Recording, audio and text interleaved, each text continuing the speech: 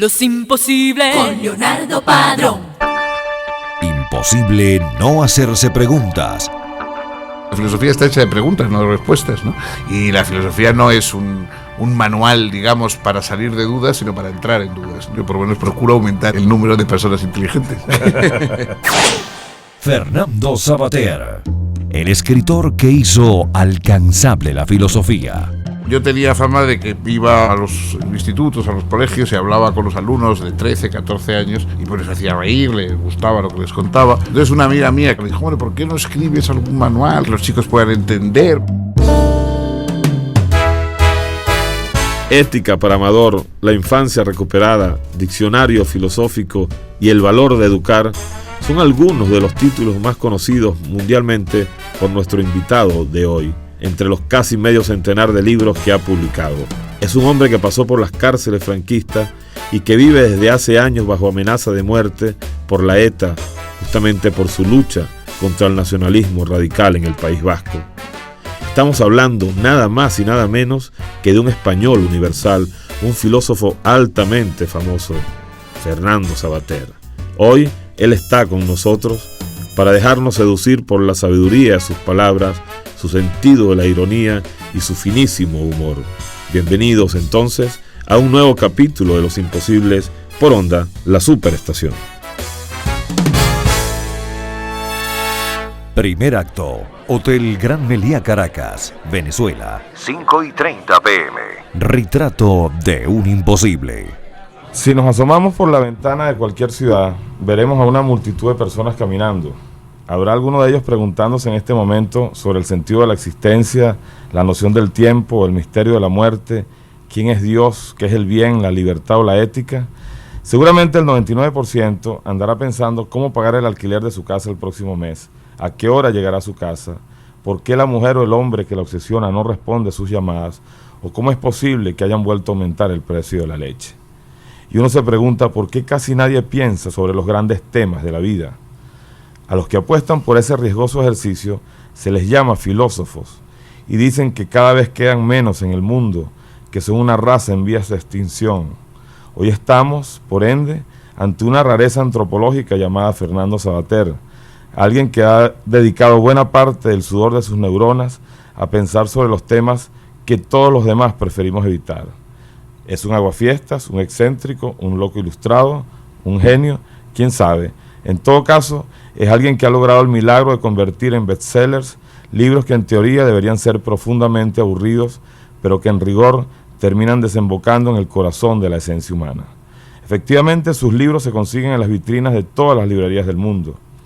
Hoy estamos ante un filósofo que se ha convertido en un fenómeno comunicacional y de quien podríamos decir que es el mayor francotirador de ideas que existe en el mundo hispano.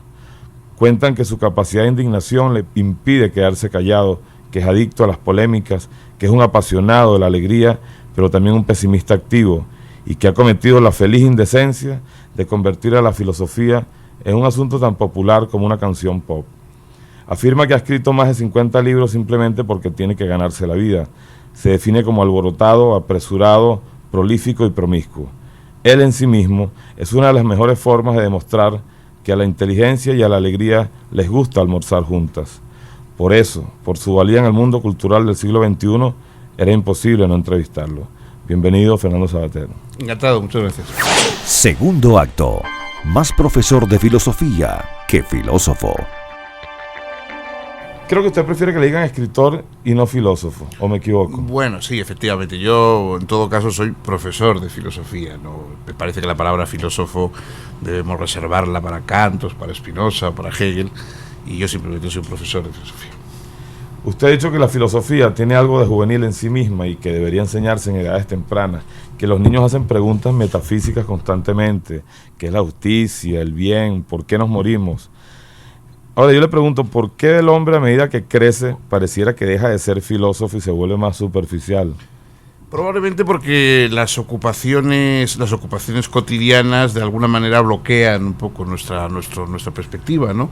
Los niños no tienen que ganarse la vida, normalmente tienen mucho tiempo a su disposición para jugar, para pensar, para hablar, para ser curiosos. las personas mayores, según vamos estando más ocupadas con trabajos, vamos perdiendo el tiempo de la curiosidad, porque yo creo que para la curiosidad pues hace falta tiempo también, no necesitamos, digamos, un cierto ocio, decía Aristóteles, para filosofar, y los niños, afortunadamente para ellos, tienen ocio, pero los adultos pues cada vez tenemos menos, tenemos que arrebatarlo en horas en que nos despertamos así de madrugada dándole vueltas a la cabeza, o cuando ocurre alguna desgracia o alguna gracia, ¿no? O sea, cuando uno ve morir a alguien querido, o cuando se enamora, o cuando en algunas circunstancias así, pues entonces se plantea a qué viene todo esto, qué es todo esto, ¿no? Y eso sería el momento de la filosofía. Un día cuando usted estudiaba bachillerato, un profesor que le daba clases de iniciación a la filosofía le preguntó a usted y al grupo de estudiantes qué es lo que todos los hombres quieren, a lo que usted respondió rápidamente: ser felices. ¿Volvería a dar la misma respuesta hoy en día?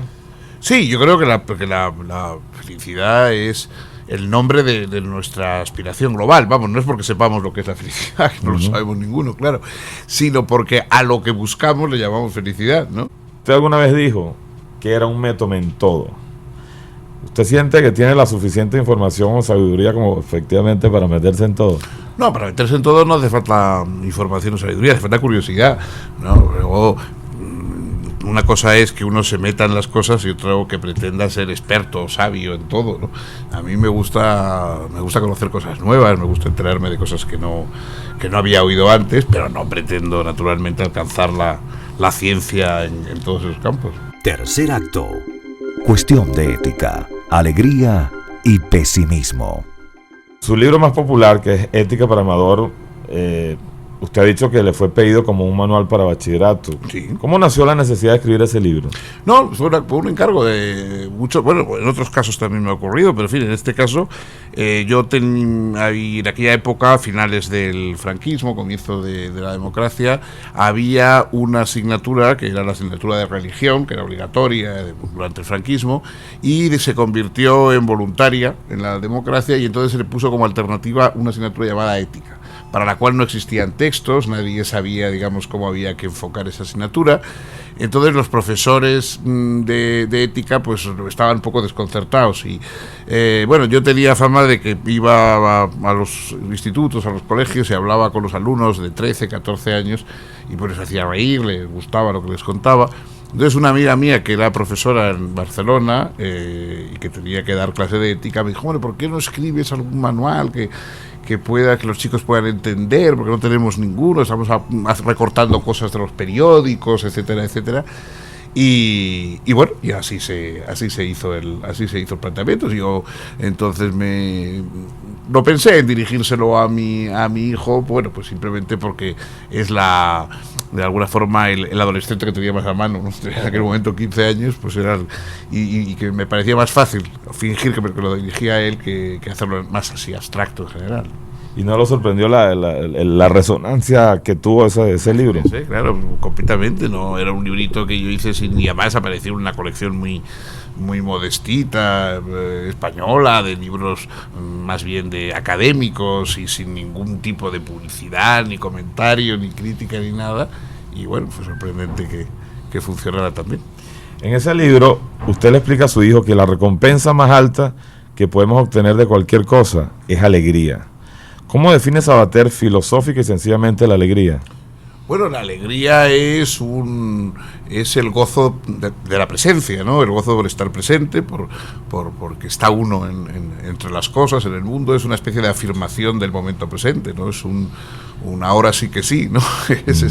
Eso sería la alegría, sin pretender que tenga que durar eternamente, ni que siempre hayamos estado alegres, ni que siempre hayamos estado alegres, pero en este momento pues estamos reconciliados con el momento presente, ¿no? Eso sería la alegría. Ahora, si bien usted es un apasionado de la alegría, también usted dice que es un pesimista activo. Uh-huh. ¿Por qué es un pesimista activo? Bueno, pues porque yo creo que las cosas van todo lo mal que nosotros permitimos que vayan. No creo que las cosas se arreglen solas, no creo que el mundo esté hecho para darnos gusto, creo que las probabilidades de que las cosas vayan mal son más que las que vayan bien, porque lo que nos conviene es algo bastante limitado y en cambio lo que nos puede perjudicar es enormemente amplio, ¿no? Entonces, lógicamente, uno puede pensar que hay muchísimas más cosas dañinas que favorables y por lo tanto, pues lo lógico es que uno tenga cierto pesimismo, ahora activo en el sentido de luchar por mantener lo que nosotros consideramos valioso. Según Cioran, el magnífico e irreverente Cioran, alguien muy admirado además por Sabater, los filósofos escriben para los profesores y los pensadores para los escritores. ¿Qué opina usted de esa frase y, en definitiva, para quién escribe Fernando Sabater? Bueno, Cioran se consideraba pensador, fundamentalmente, o más bien pensador, y entonces efectivamente él, que nunca ha tenido ningún reconocimiento por parte de la academia filosófica, no nadie le considera filósofo en el sentido grave del término, e incluso yo, que hice mi tesis doctoral sobre él, pues tuve dificultades porque no se le tomaba muy en serio como filósofo. Él se consideró pensador, es decir, consideró que escribía pues para escritores, más bien, para artistas, ¿no? No, yo he escrito para un público en general, no ni para escritores ni para profesores, sino para personas que también desean saber, porque los seres humanos, el número de profesores y de escritores es muy reducido. La mayoría de la gente ni es profesor ni es escritor, claro, pero también quiere preguntarse por las cosas, también quiere saber, también tiene inquietudes, ¿no? Y entonces no creo que, me parece absurdo que esa gente esté excluida de temas importantes y entregada exclusivamente a los concursos de la televisión y a la prensa del corazón. Sería muy triste, digamos, que todos los seres humanos estuvieran condenados a eso, salvo unos cuantos, ¿no? Yo por lo menos porque procuro aumentar el número de personas inteligentes. Cuarto acto. Sabater, entre otros temas. ¿Qué opina usted de esa epidemia editorial llamada libros de autoayuda? Hombre, eso es lo contrario de la filosofía, a pesar de que muchas veces pasa por filosofía, ¿no? Es decir, se presentan a veces libros de autoayuda, cómo ser feliz en 7 lecciones, exacto, y cómo relacionarse con el jefe en la oficina. Bueno, todo eso es lo contrario de la filosofía, porque la filosofía está hecha de preguntas, no de respuestas, ¿no? Y la filosofía no es un manual, digamos, para salir de dudas, sino para entrar en dudas, ¿no? Entonces, por supuesto, es lo contrario, digamos, de un libro de autoayuda. Yo quiero citar una de sus frases. Piense usted lo que quiera, pero piénselo. ¿Usted cree que en este mundo de hoy hay tiempo para pensar? Esa no es nuestra verdadera tragedia. Yo decía eso porque la mayoría de las personas, yo tenía un amigo que cuando alguien le decía, mira, yo pienso, y decía, no, tú no piensas, tú repites.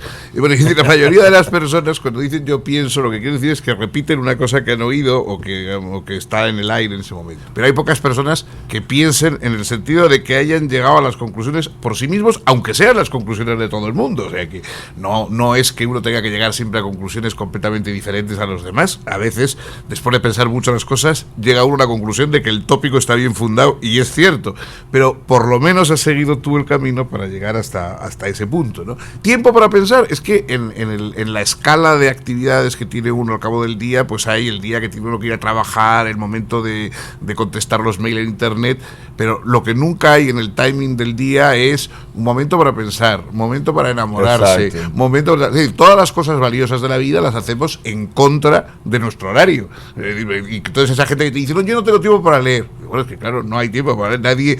Nadie en ningún timing le dan un tiempo para leer. Tiene usted que arrancarlo a otras cosas. Tampoco hay tiempo para acariciar y tampoco hay tiempo para ver las puestas de sol. De modo que si usted está esperando que le den tiempo para todo lo que es valioso, probablemente no lo encontrará nunca. ¿Cómo ha hecho Fernando Sabater para escribir tantos libros, que son más de 50? ¿En qué momento? Es decir, bueno, yo normalmente llevo una vida muy regular, o sea que ahora, en fin, cuando estoy de viaje pues estoy pues todo el tiempo fuera, yendo de un lado para otro, y etcétera, y la verdad es que me canso mucho porque no me gusta nada viajar, ni me encanta estar en casa metido, ¿no? Entonces cuando estoy en mi casa nunca voy a nada, o sea, es decir, me meto en mi casa, cierro la puerta, no voy a actos públicos, no tengo ninguna vida social, no voy a ningún tipo de inauguraciones, exposiciones, estrenos, fiestas, nada absolutamente, y estoy siempre metido en casa pues leyendo y haciendo lo que me gusta, ¿no? O sea, ¿se puede definir como un ermitaño de alguna manera? Bueno, soy un ermitaño urbano. Un ermitaño urbano, sí. ¿Cómo le explicaría Fernando Sabater a un joven de 18 años la diferencia entre moral y ética. Y digo porque esos términos muchas veces se confunden. Sí, bueno, se pueden emplear. Yo creo que esas son precisiones terminológicas un poquito pedantes, ¿no? Hombre, yo muchas veces lo utilizo como de manera indistintamente y creo que así lo hace la mayoría de la gente. Hay una distinción un poco académica, si usted quiere, que es que moral es el conjunto de valores y de actitudes que en un caso determinado de una persona, de una sociedad, están vigentes. Es decir, cada uno tenemos nuestra moral, las cosas que hacemos y las que no hacemos. Y vivimos en una sociedad en que pues hay también unas cosas que se aceptan y hay cosas que no se aceptan. Es decir, eso es de hecho la moral. Y la ética es la reflexión sobre la moral. ¿Por qué tenemos esos valores y no otros? ¿Cuáles son nuestros valores comparados con otros valores de otras sociedades? Etcétera. Es decir, que la moral sería, de hecho, el conjunto de valores y de prácticas que aceptamos o que rechazamos, y la ética, la reflexión de por qué aceptamos o rechazamos esas prácticas y su comparación con otras. Quinto acto. ¿Cuáles podrían ser los sonidos que emblematicen la vida de un filósofo como Fernando Savater? Vamos a descubrirlo justo en este momento, escuchando lo que hemos llamado la banda sonora de su vida.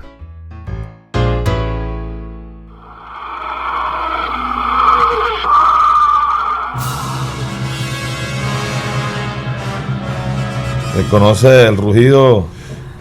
Yo he oído una especie de tormenta, pero la verdad que no sé. Ese es el rugido de King Kong. Ah, pues eso se oye un King Kong un poquito ronco. debe estar ronco King Kong. Pero entendemos que usted es fanático de King Kong, ¿no? Sí, a mí me gusta mucho esa película. Sí. Vamos a ver este segundo audio. Milonga de dos hermanos, traiga cuentos la guitarra de cuando el fierro brillaba, cuentos de truco y de taba, de cuadreras y de copas, cuentos de la Costa Brava y el camino de las tropas. Vengo una historia de ayer que apreciarán los más lerdos. El destino no hace acuerdos y nadie se lo reproche. Yo estoy viendo que esta noche vienen del sur los recuerdos. Bueno, sí, estos Borges he conocido. Además, yo escuché su voz realmente y siempre que le he leído, he leído sus textos con su voz. O sea, mentalmente he leído los textos con su voz. Entiendo que para usted Borges es un personaje más... Sí, probablemente es quizá como si tuviéramos que quedarnos con una influencia individual dentro de haber tenido tantas a lo largo de la vida, quizá la de Borges sea la más importante, porque unió el aprecio literario, la belleza literaria, poética, con la reflexión, ¿no? Entonces esa combinación de reflexión y literatura, que es la que a mí siempre me ha gustado, en Borges alcanza su mejor expresión.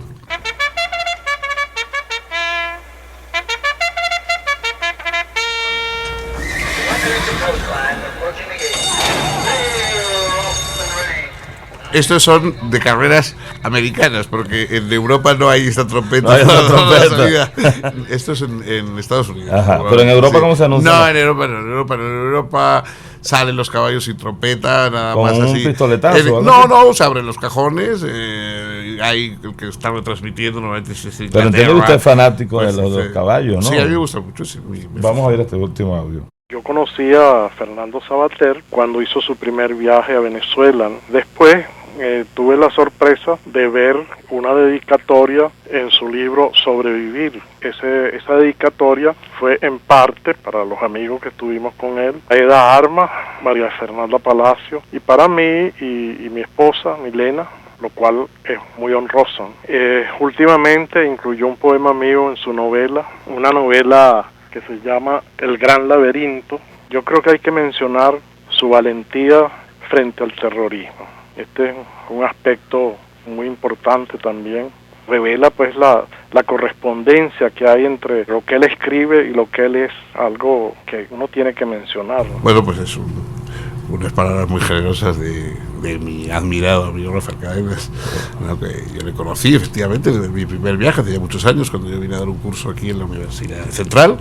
Siempre he leído su obra, lo he admirado mucho, y él tenía un poema que me pareció perfecto para iniciar la novela del Gran Laberinto, y luego tuve la suerte de que me lo encontré en Cádiz casualmente. Yo iba a presentar mi novela a Cádiz, y en la Feria del Libro de Cádiz, y entonces de pronto me dijeron: ¿a qué no sabes quién está aquí? ¿No? Y de pronto me encontré a Rafael, que estaba allí, que había ido también invitado con una serie de poetas hispanoamericanos en Sevilla, no sé qué, y entonces pues, pasamos un rato allí. Qué maravilla. En la próxima parte, Si no te sientes amado, tengas lo que tengas, los objetos nunca te van a dar lo que te puede dar un sujeto, ¿no? ¿Cuál es el evento más importante en la vida de Fernando Savater?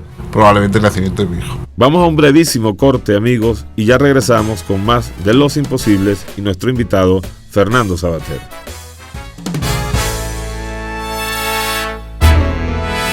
Envíe su correo electrónico a losimposibles@unionradio.com.be.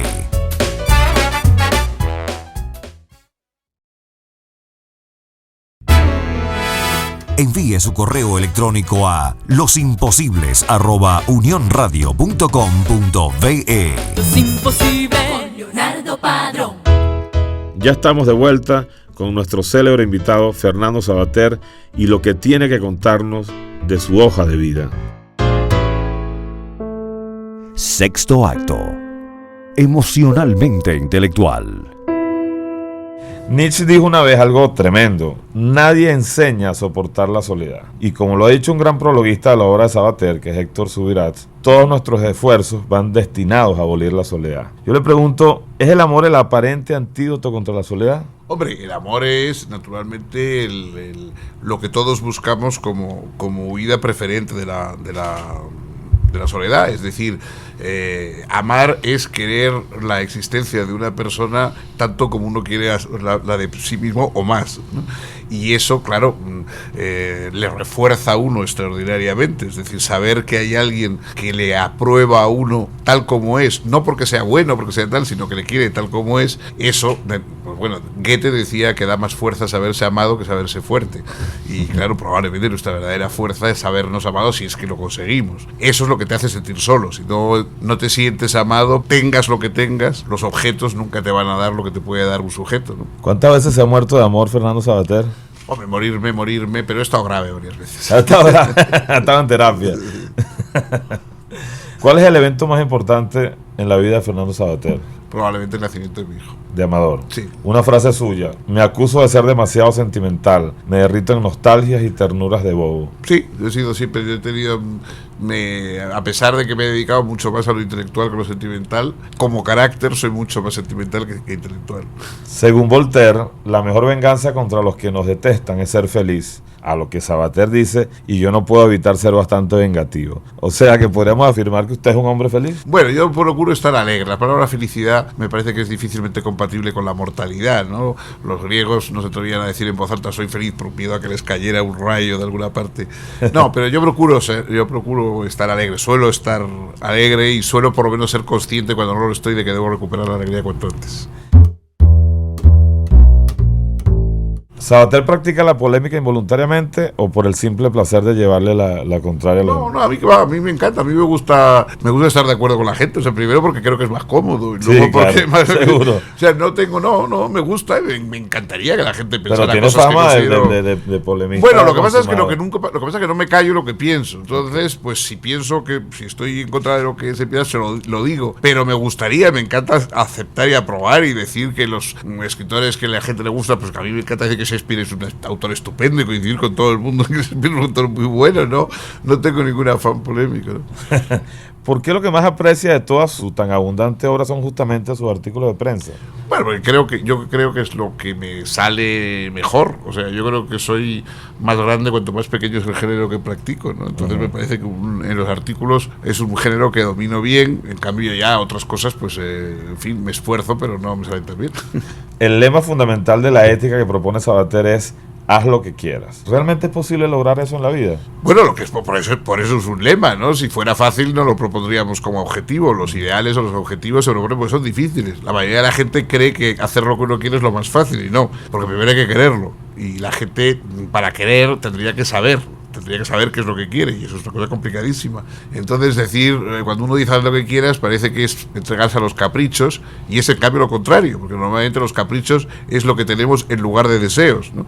Y en fin, el verdadero deseo es difícil y comprenderlo aún más difícil. Claro. Yo quiero volver otra vez a Cioran porque a mí también me gusta mucho. Él alguna vez dijo: un libro debe hurgar las heridas, provocarlas incluso. Un libro debe ser un peligro. De todos los libros que usted ha escrito, ¿cuántos de ellos son peligros? Yo creo que eso es mucho decir. No creo que haya llegado a tanto, ¿no? ¿Pero está de acuerdo con esa frase de Cioran?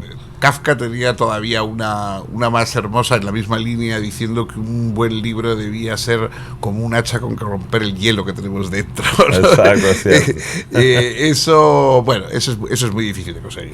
Yo creo que algunos de los libros míos pueden tener partes que no están mal o que me gustaría conservar. Creo que hay alguna obrita de teatro que he hecho que me resulta que está bien, pero cuando uno piensa, pues eso, en autores como Kafka, como el propio Cioran, no se atreve a decir que los libros No son se abruma buenos. ante tanta genialidad, ¿no? Usted ha opinado sobre tantas cosas en la vida que nos intriga profundamente su opinión sobre el silencio. Bueno, el silencio es aquello que digamos que debemos guardar precisamente sobre los límites de nuestro pensamiento. Es decir, muchas veces uno debe aceptar que hay cosas que no se deben o que no se pueden decir. Yo creo que los malos libros son los libros que, una vez llegado a donde debería guardarse el silencio, siguen hablando, ¿no? Es decir, o sea, que a mí me parece que una de las artes de un escritor consciente, serio, es decir lo que se puede decir y saber cuándo hay que decir, y aquí ya no digo más. Claro, no saber callarse. Pues. Callarse, ¿no? En toda la literatura, de verdad que es importante eso. Séptimo acto. Yo recientemente le oí una frase a alguien que decía que el terrorismo está sobreestimado en el mundo porque anualmente mueren más personas en la bañera que en actos terroristas. ¿Qué opina Fernando Savater, alguien que ha sido un activista feroz de la lucha contra ETA, de esa frase? Bueno, pues es una frase de esas que se dicen, ¿no? Un poco tonta, como suelen ser esas frases. Es decir, la respuesta obvia es que como no vamos a quitar las bañeras porque son útiles, es mejor quitar a los terroristas o que maten menos. Usted también muchas veces ha dicho el valor de la educación y dice que la educación es la antifatalidad por excelencia, que es lo que se opone a que el hijo del pobre tenga que ser siempre pobre. Eso es. Uno a veces le parece que es obviamente de perogrullo decir que la educación es la clave de todo. Y si suena tan obvio, ¿por qué la educación no termina siendo la gran prioridad en el planeta? Hombre, la educación tiene a favor estas cosas que estamos diciendo y en contra un problema, por ejemplo, para los políticos, y es que sus efectos se ven muy a largo plazo. Es decir, si uno empieza a educar bien, los efectos de una buena educación hasta pasados 15, 20 o 25 años no se ven. Y ningún político piensa en un plazo tan largo. Los políticos intentan que la rentabilidad de lo que hacen sea a 2 o 3 años vista, como mucho. Entonces, ni la gente, normalmente los ciudadanos, piensan a tan largo plazo, porque la gente se preocupa de la educación cuando tiene un hijo en edad de educarse y no reflexiona sobre que la educación de los hijos de los demás también le concierne a ellos, porque va a padecer, si están mal educados, va a padecerla. Claro. No, ni la gente piensa pues a 20 o 25 años vista. Entonces, claro, el problema de la educación es que todo el mundo dice es muy importante, pero es muy importante. Nosotros tenemos que dedicarnos hoy a ella sabiendo que a lo mejor no vemos el resultado final, los frutos. Y eso es una objeción en contra, ¿no? ¿Cuáles fueron los libros fundamentales en la formación de usted? Probablemente han sido casi todos obras literarias, ¿no? Debo más a Stevenson o quizá incluso a Agatha Christie que a grandes pensadores, ¿no? Pero bueno, sí, entre la obra de los pensadores, pues la obra de Spinoza o la de Schopenhauer, la de Nietzsche son importantes, han sido muy importantes para mí. ¿Cómo anda con su ego? ¿Quién habla más duro de los dos? Bueno, siempre, hombre, la vanidad es uno de esos pecados que es prácticamente inútil intentar extirpar del todo, ¿no? Es ser muy vanidoso, querer dejar de ser vanidoso, ¿no? Es muy difícil, pero procura uno controlarlo porque siempre la excesiva buena opinión de uno mismo es la que te pone en ridículo, ¿no? Antes o después, de modo que es más vale tenerlo controlado. Borges dijo una vez: todos terminamos siendo víctimas de nuestra gloria. ¿Ya eso le pasó a Fernando Savater? No, yo no tengo gloria, tengo popularidad, que es muy distinto. No, tengo un cierto número de personas que siguen y que se interesan por lo que hago, pero vamos, no lo confundo eso con... Creo que todo éxito, decía Cioran, es un malentendido. Y siempre pienso que hay un cierto malentendido en todos los éxitos, sobre todo porque a veces se te acerca gente y dice, me encanta todo lo que usted escribe, no sé qué, y uno tiene ganas de preguntarle, ¿y a quién más admira usted? Porque cuando te dicen al siguiente que admiran después de ti, suele ser la persona que tú más aborreces en el mundo. Por lo tanto, eso te cura de cualquier momento vanidoso. Está bueno eso. Una vez un amigo le dijo a usted en tono de reproche una frase que me pareció maravillosa: Eres la única persona encantada de conocerse que he conocido. Bueno, Cuéntanos cómo es eso. Bueno, sí, es que hay mucha gente que está permanentemente deplorándose, ¿no? Buscando. Bueno, yo. Flagelándose. Sí, yo no me he flagelado nunca, no soy de la. En fin, no me autocastigo, me autocastigo poco. ¿Qué es lo peor que han dicho de Fernando Savater? Bueno, es imposible saberlo, hay guías de teléfonos completas. Los imposibles con Leonardo Padrón. Acto de cierre. Fernando Savater, en pocas palabras. ¿Una película inolvidable para usted? Bueno, ¿qué coño que hemos dicho? ¿Una ciudad inolvidable, imposible de olvidar? Venecia. ¿Una canción? Last Door de Leo Ferrer. ¿Un miedo? Pues el más obvio, la muerte. La muerte. ¿Un libro? Un libro, La Isla del Tesoro. ¿Un amigo? Un amigo, Héctor Subirats. ¿Un error? Un error, la lista es inmensa. No sé, quizá conceder entrevistas con exceso. ¿Un hombre? Un hombre, Voltaire. ¿Una muerte? Como decía Montaigne, lo mejor es que sea lejos de casa para que las personas que te aman no vean la cara que se te queda después. Qué maravilla. ¿Un paisaje? San Sebastián. ¿Una mujer? La mía. ¿Un poeta? Borges. ¿Un filósofo? Spinoza. ¿Una comida? Ay, una comida. Bueno, yo soy un mes sencillo. Unos huevos fritos con chorizo y patatas me encantan. ¿Una época del mundo? Una época del mundo, la Ilustración francesa. ¿Un español? Un español, Pío Baroja. ¿Un objeto? El reloj. ¿Un jamás? Hacer daño conscientemente a un niño. ¿Un libro de Fernando Savater? La infancia recuperada. ¿Una frase que se parezca a lo que piensa de la vida? Una frase que se parezca a lo que piensa de la vida. Pues hay una frase de Hegel que parece un trabalenguas y dice: el hombre no es lo que es y es lo que no es. Eso es lo que pienso yo. Los imposibles con Leonardo Padrón. Bueno, maestro, muchísimas gracias por habernos conseguido. Sé que tiene un tiempo muy apretado, pero de verdad fue un placer estar con usted. A vosotros, gracias. Bueno. Gracias, de verdad. No podemos menos que estar reconciliados con el mundo después de escuchar las reflexiones y lecciones de vida de uno de los pensadores más polémicos y respetados de nuestra contemporaneidad, como lo es justamente Fernando Savater. Ha sido para mí un verdadero placer llevarles a sus oídos un fragmento de toda su sabiduría. Me despido entonces hasta un próximo capítulo de Los Imposibles por Onda, la Superestación. Grabamos este y después me busca agua. Comenzamos entonces, Jonathan. Sí. En la producción general de Los Imposibles, María Antonieta Lanz, Susana Rodríguez y Jonathan Reverón. Los imposibles vas a escuchar. Perdón, ¿lo dije bien? ¿Ah? ¿Otra vez? Ajá. Como podemos decir de ayer, de mañana. En el control técnico, Alfredo Moreno. Edición y montaje, Anthony López y Wilfredo Arévalo. En un ambiente singular. Sadradrán. Los imposibles son lo mejor. Y quien les habló, con muchísimo gusto, Leonardo Padrón. Por